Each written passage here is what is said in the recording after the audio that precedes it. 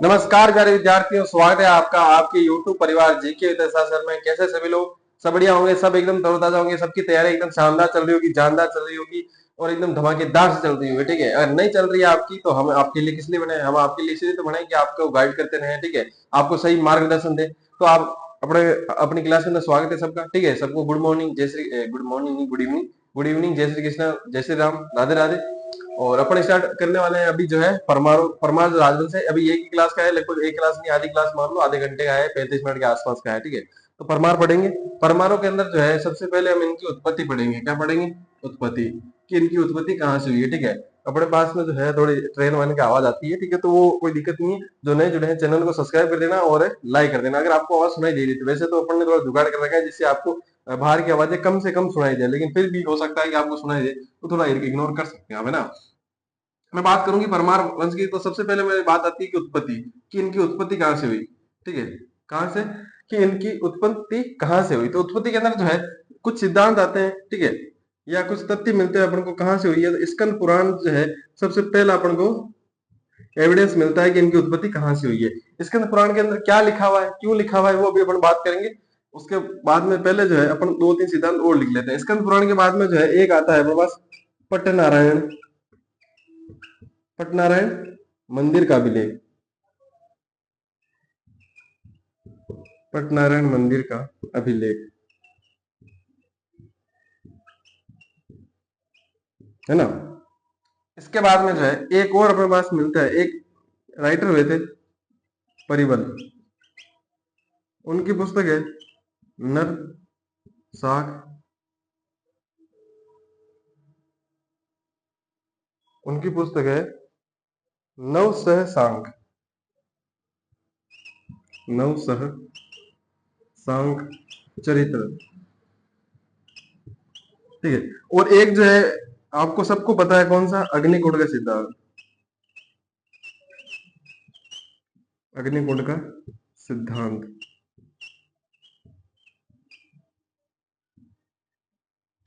एक एक करके जो अपन चारों समझेंगे कि चारों के बारे में क्या क्या लिखा हुआ है। जो स्कंद पुराण है, स्कंद पुराण के अंदर तो ऐसा लिखा हुआ भाई साहब कि एक राजा हुआ था स्कंद, क्या पता नहीं कोई ऐसा राजा हुआ था। ठीक है, तो उसके जो है इन परमाणुओं में जो स्कंद ने या किसी एक राजा था उसने यज्ञ किया था, और आसपास जो है कुछ लुटेरे या ऐसे मान सकते हो राक्षस वाक्षस थे। ठीक है, तो उस समय ठीक है जिस जो कि यज्ञ को भंग करना चाहते थे, लेकिन जो है इसकी रक्षा की थी किन्होंने, परमाणु ने की थी। और जो परमार ने, इसलिए जो है ये क्या कहलाए, परमार कहलाए। और जो है दूसरा जो अपने पास है कौन सा, पटनारायण मंदिर का अभिलेख है। इसके अंदर ये कहा कि भाई जब गुरु वशिष्ठ है, ठीक है, ये तीन जो है ना ये एक जैसे हैं। अभी मैं बता देता हूँ, गुरु वशिष्ठ है, गुरु वशिष्ठ ने क्या किया, एक यज्ञ किया था जिसके अंदर जो है चार जातियां उत्पन्न की थी। कौन कौन सी? अपने चालुक्य, चौहान, परमार और प्रतिहार। ठीक है, ये तो हो गया अपने अग्निकुल का सिद्धांत। मैं इसलिए समझा रहा हूँ आपको, सोचो आपने, आप सोच रहे होंगे कि भाई साहब बताया तो ये है, ठीक है, इसके बारे में कैसे बता दिया। तो मैं ये तीनों आपस में रिलेट है इसलिए बता देता हूँ। दूसरा जो है ये कहते हैं कि जहां पे यज्ञ कर रहे थे ना, यज्ञ तो कर रहे थे लेकिन यज्ञ कर रहे थे, वहां पे क्या इनके पास एक गाय थी, कौन सी, कामधेनु। वो कामधेनु जो गाय है वो गिर गई एक गड्ढे के अंदर। कहां पे गिर गई? गड्ढे के अंदर गिर गई। जब वो गड्ढे के अंदर गिर गई, तो गड्ढे में गिरने की वजह से है ना वो अपने उसके अंदर ही रहेगी। गड्ढा मतलब कि जो पर्वत है उस पर्वत के अंदर रहेगी वो। तो वहां पे जो है गंगा सरस्वती माता को कहा उन्होंने, यज्ञ के छांटे देके, यज्ञ के अंदर जो है छांटे देके कहा भाई साहब कि सरस्वती माता आप एक काम करो, इसके अंदर जो है अपना जल भरो ताकि जो है अपनी गाय आ सके। अब गाय उनकी तो बाहर आ गई, लेकिन उन्होंने सोचा कि भाई साहब अपनी गाय आ जाए, अपनी गाय तो वापस आ गई लेकिन हो सकता है दूसरों गाय गिर जाए। तो इसलिए जो उन्होंने हिमालय से एक नंदी, ठीक है, पर्वत को बुलाया था वहां पे, और अपने आप को वहां पे स्थापित करने के लिए कहा था। वो आके वहां पे जो है नाग के ऊपर आए थे और वो अपने आप को वहां पे स्थापित उन्होंने कर लिया था। ठीक है, बात ध्यान रहेगी, ये चारों चारों जो है इनके बारे में, दोनों के बारे में यही लिखा हुआ है। ठीक है, तो अपने जो है चार जो सिद्धांत है, चारों चारों सिद्धांत में बता चुका हूँ। इनका जो मूल पुरुष है या सबसे पहला या प्रथम शासक जो है वो कौन है, उनकी बात करते हैं अपन। इनका जो सबसे पहला शासक है उसका नाम है धूमराज, लिखना, धूमराज परमार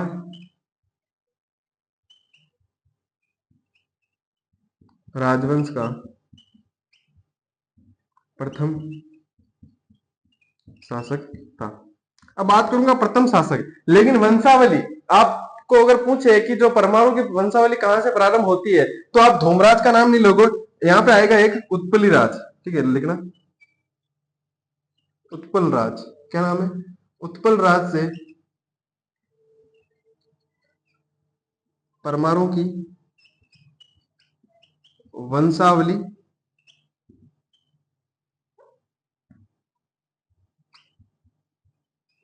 प्रारंभ होती है।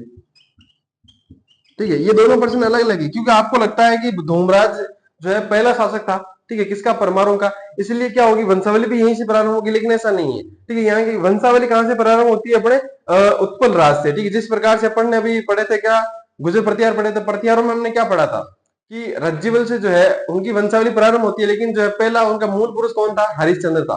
उसी प्रकार से जो है यहाँ पे उनका मूल पुरुष मान लो, या जो प्रथम शासक था वो तो कौन था, धूमराज था।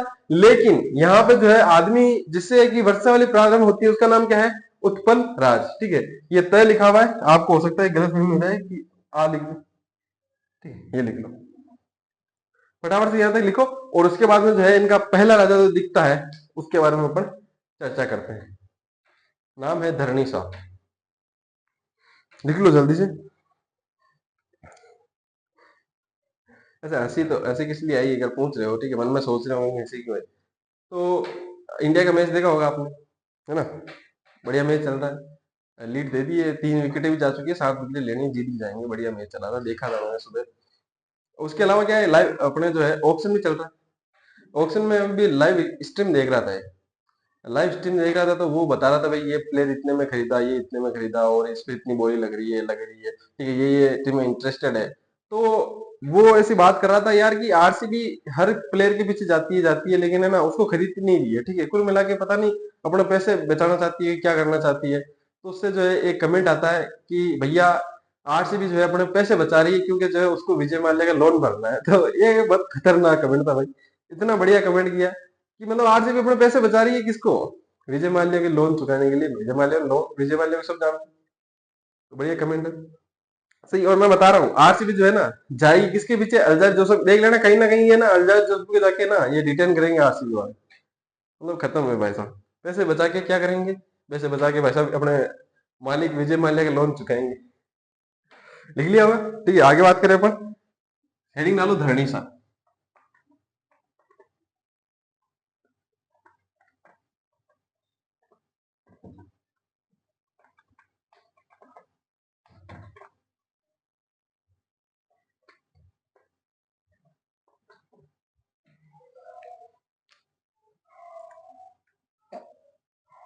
क्या डाली हेडिंग, धरणी सा, है ना।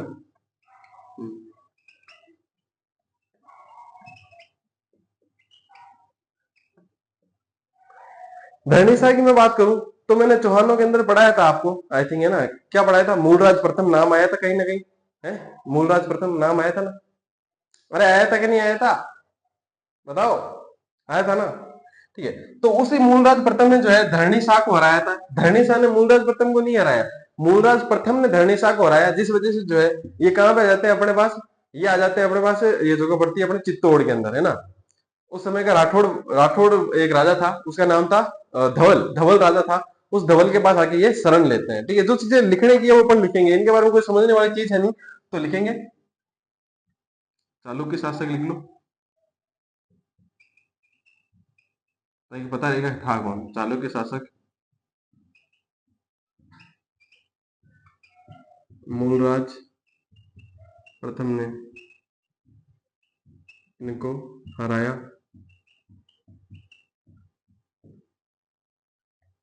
आगे लिखा राठौड़ राजा, राठौड़ राजा धवल के पास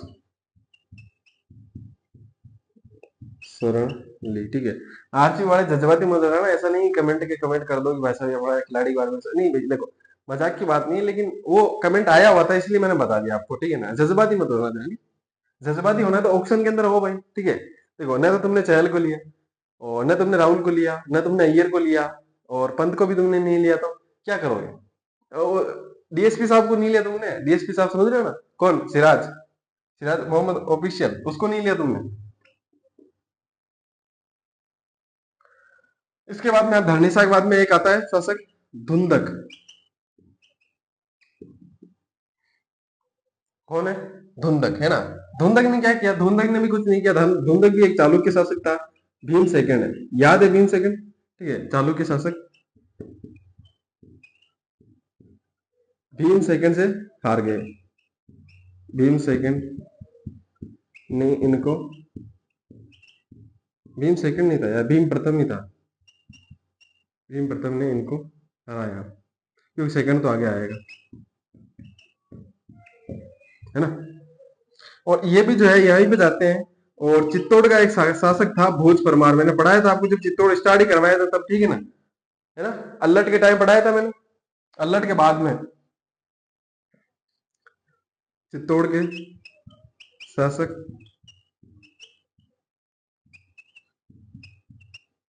भोज परमार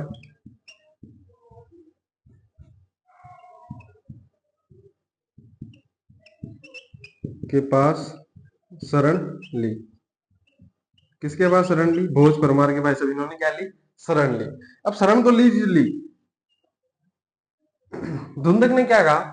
धुंधक ने कहा भाई साहब देखो बात ऐसी है कि कैसी है कि गलती तुम्हारी नहीं है, ठीक है, तुम आगे कोई बात नहीं है, लेकिन जो अपने आप छोड़ के आए हो, क्या छोड़ के आए हो? आबू छोड़ के आए हो। आबू पे कोई आदमी होना चाहिए ना, ठीक है। तो आबू के ऊपर जो है नियुक्ति किसी करते हैं, एक आदमी की नियुक्ति करते हैं। कौन?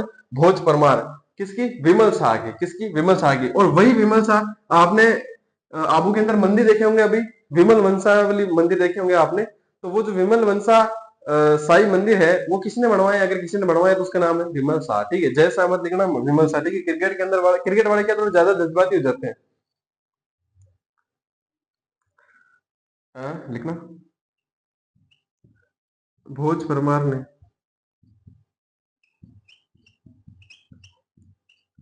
विमल शाह को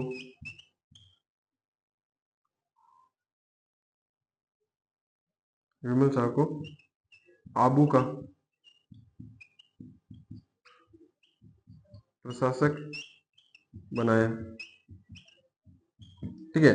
और इसके बाद में क्या हुआ कि मैंने बता चुका हूं कि विमल शाह ने आबू में विमल वंशाई मंदिर बनवाए। ध्यान रहेगी बातें, कोई बात नहीं, ठीक है। लिख लो यहां तक। जो चीजें समझाने लायक है वो समझाऊंगा मैं, बिल्कुल समझाऊंगा, ठीक है। जिसके शासक के बारे में अच्छे से पढ़ना है वो पढ़ाऊंगा, ठीक है। 33 30 35 मिनट का तो भाई साहब पूरा साम्राज्य ही है, ठीक है। हमको लगा था सबसे छोटा, तुमको लगा वो करौली है, लेकिन करौली से भी छोटा है। नहीं करौली छोटा नहीं, करौली से थोड़ा बड़ा है ना। करौली अपना 25 मिनट में हो गया था। और तुम्हारे किंग कोहली कुछ स्टेटस लगा रहे, किंग कोहली इज बैक। मैं कहूँ भाई सब, किंग कोहली गया कहाँ था, है ना। कहीं नहीं गया था वो, बस रन नहीं आ रहे थे, बस इतनी बात है, कहीं नहीं गया। बैक बैक कुछ नहीं हुआ, आराम से बढ़िया आदमी। ऑस्ट्रेलिया वालों देखा ना अखबार में कैसी फोटो लगा रही थी भाई साहब की, तगड़े वाले फोटो लगा रही थी। ऐसे नहीं लगा रहे थे, पहली बारी में 5 रन पे आउट हो गया। तो क्रिटिसिज्म बन रहा था भाई साहब कि अब तो जाके इंग्लैंड में ही होगा इनका कमबैक, मतलब वापस रन बनाएंगे। तो लोगों ने पूछा भाई इंग्लैंड में जाके रन क्यों बनाएगा विराट कोहली? यहाँ पे नहीं बना तो इंग्लैंड में कैसे बनाएगा? इंग्लैंड में तो और भी टफ है, वहां पे इतना ज्यादा स्विंग होता है। तो उन्होंने कहा कि बच्चा होम होम ग्राउंड है ना इंग्लैंड के अंदर। तो कहा होम ग्राउंड कैसे? तो कहा तो लंदन के अंदर रहता है भाई साहब। तो देखो कितनी बड़ी बेइज्जती कर रहे थे ना। उनके ऊपर जो है मुंह पे ताला लग गया, जो कह रहे थे कि भाई साहब इंग्लैंड में जाके रन बनाएगा क्योंकि वहां पे होम हो गया उसका, लंदन में रह रहा है इसलिए, मतलब कुछ भी। लिख लिया इसको। चलो फिर आगे बढ़ते हैं। आगे हेडिंग डालो विक्रम देव।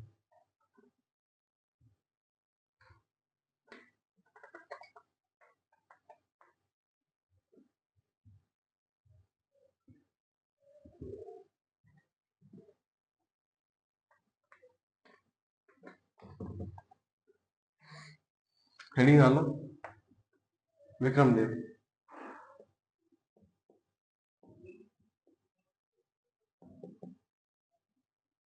क्या हेडिंग डालो? विक्रम देव। विक्रम देव मैं आपको शायद पहले बता चुका हूँ कुछ, है ना। नहीं बताया तो भी बता देता हूँ। कुमारपाल चालुक्य जानते हो ना, ठीक है। चौहान पढ़ाए थे तो इतनी बार वर्णन किया था इसके बारे में, भाई साहब के बारे में बताया था कुमारपाल चालुक्य के बारे में। और वहां पे आपको याद नहीं तो अर्णोराज के टाइम तो बहुत बार बताया था, ठीक है। वहां पे क्या हुआ कि अर्णोराज और अपने कुमारपाल चालुक्य के बीच में चल ही रहा था। एक सिद्धराज जयसिंह भी था, ठीक है, सिद्धराज चालुक्य भी था, उसके मध्य और जो अर्णोराज के भी चला था। तो अर्णोराज ने चालुक्यों को 2 बार तो पेल दिया था पहले 2 युद्धों के अंदर, लेकिन तीसरे युद्ध के अंदर जो है कुमारपाल चालुक्य हरा देता है किसको, अपने अर्णोराज को। वहीं पे भाई साहब पहले 2 युद्धों में तो साथ देता ही नहीं देता उसका मतलब नहीं है, लेकिन तीसरे युद्ध में जो है ये अर्णोराज का साथ देता है, किसके विरुद्ध, कुमारपाल चालुक्य के। और आपको पता ही है कि तीसरे युद्ध के अंदर अर्णोराज हार गया, कुमारपाल चालुक्य जीत गया। अब भाई साहब जीत गया तो कुमारपाल चालुक्य ने कहा कि वो ये आबू वाला साथ कौन देने आया था रेन का, कहा कि वो विक्रम देव, कहा कि भाई साहब हटाओ फिर, देर किस बात की है। तो इन्होंने जो है, किसने, कुमारपाल चालुक्य के खिलाफ जो है अर्णोराज की सहायता की थी विक्रम देव ने, ठीक है। इसी के लिए जो है कुमारपाल चालुक्य इन पे आक्रमण करते हैं और इनको हटाकर एक बंदे को जो है यहाँ पे राजा बना देते हैं, उसका नाम है यशो धवल। क्या नाम है, यशो धवल। यशो धवल इसी इसलिए इंपोर्टेंट है क्योंकि यशो धवल का अगला बेटा जो धारावर्ष है वो बना था परमाणु का अगला राजा, और बहुत बढ़िया शासक हुआ था। मतलब परमाणु के अंदर अगर कोई सबसे बढ़िया शासक मेरे को लगता है तो धारावर्ष है। क्यों है, अभी मैं बात करूंगा आगे। सबसे पहले इसके बारे में लिख लेते हैं भाई साहब, विक्रम देव के बारे में लिखना, कुमार पाल चालुक्य के विरुद्ध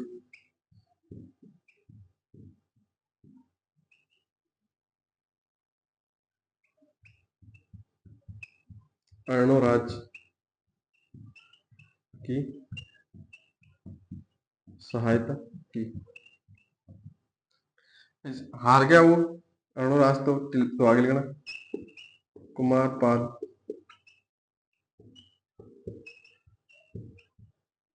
चालुक्य ने इनको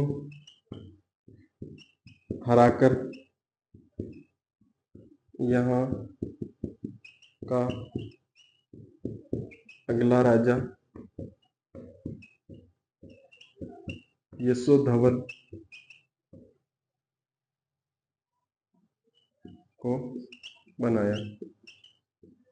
ठीक है, ध्यान रहेगी लिखना, यशो धवल का बेटा धारावर्ष परमार अगला राजा बना। ठीक है, ध्यान रहेगी बातें, ये लिख लो। इनके बारे में जो विक्रम देव है उनके बारे में जो जो चीजें हैं वो लिख लो फटाफट से, टाइम ज्यादा नहीं रहना चाहिए क्योंकि छोटे ही राजवंश है। कोई बात नहीं, 17 मिनट हुए अभी,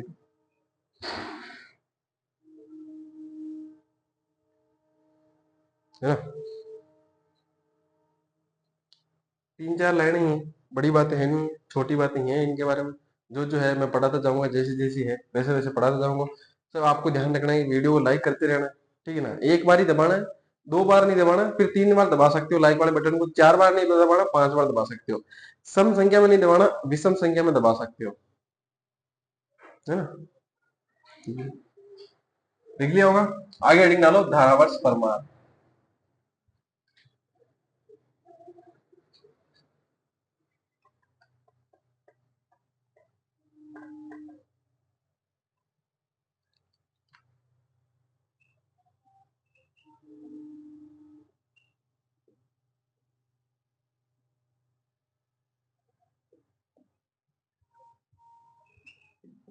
धारावर्ष